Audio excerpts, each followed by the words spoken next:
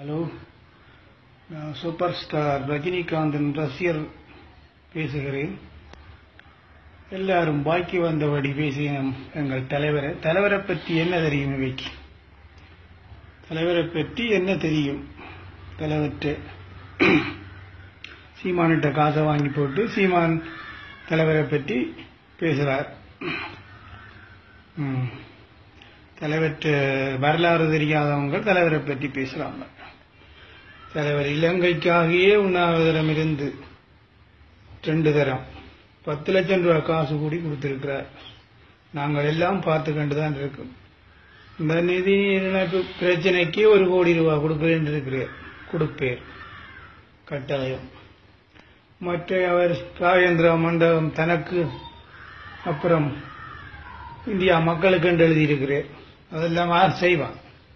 எவன் செய்வான்? அப்படி இந்தியாவில் யாருக்கு செய்ய மனப்பான்மை இருக்கு? தான் உழைக்கிறேன், தான் சம்பாதிக்கிறேன், மக்களுக்கு ஏண்ட உதவியை செய்கிறேன். உங்களுக்கு பொறுக்க முடியாம இருக்கு. நீங்கள் பேசாம இருக்க வேண்டிய நீங்கள் ஏன் புலம்புரிய? அவன் மொட்டையன் ஒருதன் சொன்னான். அவனுக்கு மொட்டையனுக்கு என்ன யோகியம் இருக்கு? நல்லூர்ல வந்தானண்டா அவன் தலையை வச்சிருந்தானண்டா நாங்கள் தேங்காய் உடைச்சு விட்டுருவோம் அந்த மண்டையில. அவனுக்கெல்லாம் என்ன யோகியம் இருக்கு?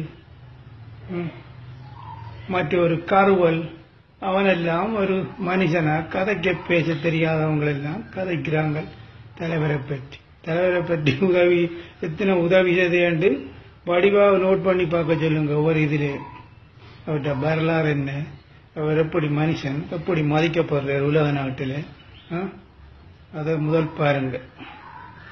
அதை விட்டுட்டு எரிச்சல் புறாண்மையில ஆர்கிட்டையும் காசை வாங்கி போட்டு அவனுக்கு பின்னால் நின்று குரல் எழுப்பாதீங்க.